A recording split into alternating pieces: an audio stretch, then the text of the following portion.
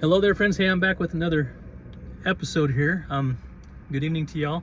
I am just here at Bountiful Park doing this little broadcast. I was going to try to do this in the little picnic pavilion here in Bountiful Park, but too much foot traffic, too many cars.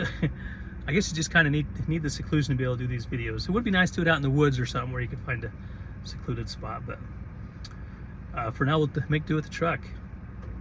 You know, this last episode, the one I just published this morning, was about how in modern politics they often use you know the political parties as a system of measuring where you sit politically and stuff like that, as opposed to what the founding fathers taught, which is political powers, and that's what we're going to talk about today.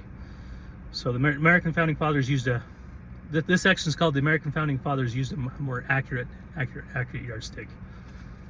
But how can we define government? Government is defined by, the dictionary defines government as being, system of ruling and controlling and stuff like that. Therefore, the founding fathers, they measured political systems in how they measure it in terms of the amount of coercive power and systematic control that they exercised over its subjects. In other words, the political the measuring yardstick is not parties, but it's powers, political power. Using this type of yardstick, the American founders considered the two extremes, to be anarchy on one hand and tyranny on the other hand.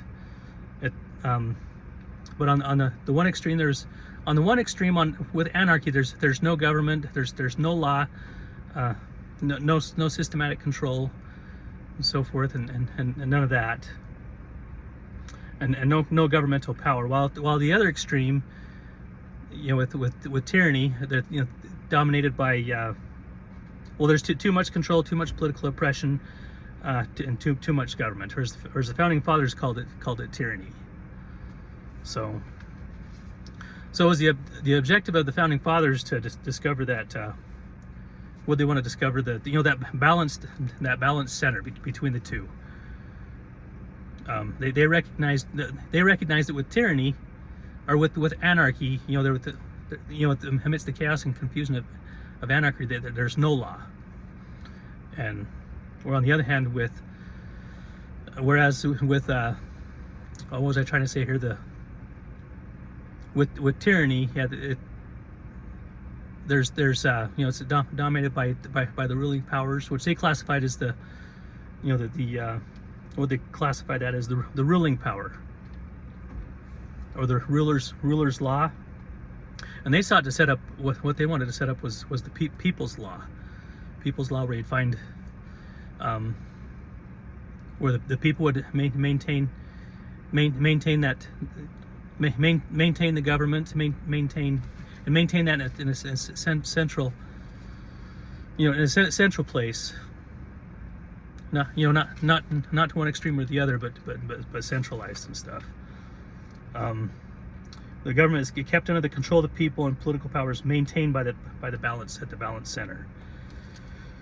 But with enough government to maintain security, justice, and good order, but not enough government to abuse the people and stuff.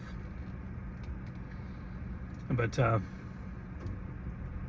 anyways, so y'all just read this next section. This next section is just so the founders are kind of anxious to.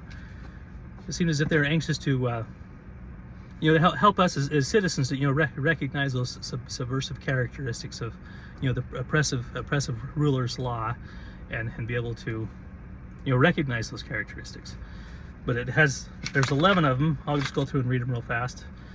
So number one, authority under ruler's law is nearly always established by force, violence, and conquest. Number two, therefore all sovereign power is considered to be in the conqueror or his descendants. Number three, the people are not equal, but are divided into classes, and are all looked upon as subjects of the king. Number four, the entire country is considered to be the property of the ruler. He speaks of it as his realm. Number five, that the thrust of governmental power is from the top down, not from the people upward. The people have no unalienable rights. The king giveth and the king taketh away. That's number 6. Then number 7, government is by the whims of men, not by the fixed rule of law, which the people need in order to govern their affairs with confidence. And then number 8, the ruler issues edicts, which are called the law. He then interprets the law and enforces it, thus maintaining tyrannical control over the people. Under ruler's law, problems are always solved by issuing more edicts or laws, setting up more bureaus, harassing the people with more regulators, and charging the people for these services by continually adding to the burden of their taxes. And then number 10, freedom is never looked at as a viable solution to anything, and boy, don't we see that, you guys. It seems like today the answer is always going to be more government. That's what everybody's always looking for. We need more benefits from our government. That's not what the founding fathers had in mind.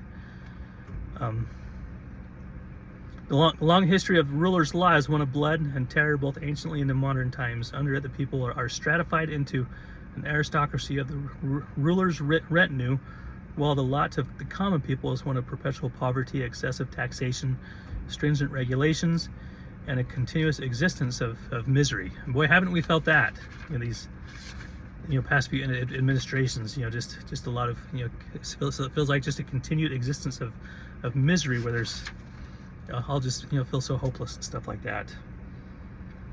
So anyways, that's what I want to share with you. And hey, y'all have a good evening. Take care. Thanks. Bye.